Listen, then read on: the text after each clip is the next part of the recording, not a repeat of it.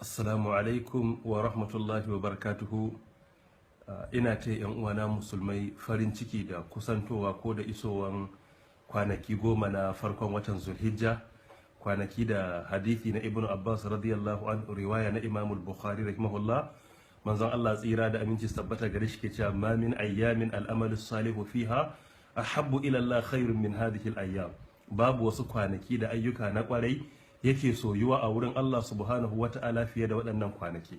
Ibn Kathir rahimahullahu ta'ala da Sheikhul Islam rahmatullahi alai dukkanin su biyu sun yi tarayya akan cewa wuni 10 na farkon watan Zulhijja sun fi falala akan wuni 10 na ƙarshen watan Ramadana, darare 10 na ƙarshen Ramadana sun fi falala akan darare 10 na farkon watan Zulhijja.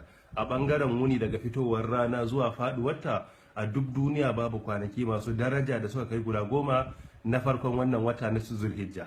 Baya ga wannan ga hadithi riwaya na Imam Ad-Darimi rahmatullahi alai da Sheikh Muhammad Nasir rahimahullah inganta cikin Irwaul Ghalil, manzon Allah tsira da aminci tabbata gare shi yace ma min amalin azka inda Allah, babu wani aiki da yake da tsarki a wurin Allah subhanahu wataala wala a'zamu ajran, haka babu aikin da yake da lada a wurin Allah subhanahu wataala kaman aikin alkhairin da aka yi a cikin kwanaki 10 na farkon watan Zulhijja.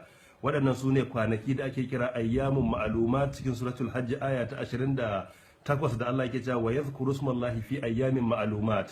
Su ne kwanaki appointed days, kwanakin da Allah ya ayyana su don a bauta masa. Su ne wanda Allah ya rantsuwa a Qur'ani da su da yace wa layalin ashir.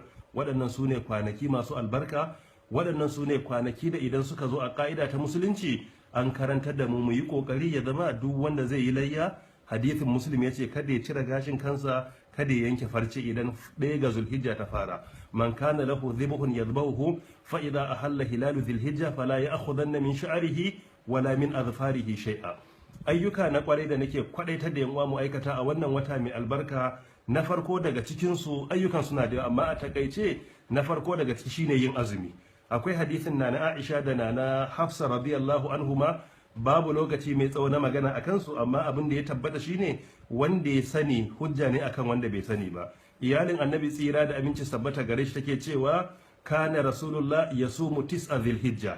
Manzon Allah tsira da aminci tabbata gare shi yakan yi azumi kwanaki 9 na farkon Zulhijja, asabar, lahadi, litinin, kowane kwana ya halatta a shari'a kai azumi. Ƙarin bayani Sheikh Muhammad Nasir rahimahullah tabbatar da hadisi ne mai kyawu a littafin sana ainihin sahihu abi dawud juz'i na 2 hadisi na 462.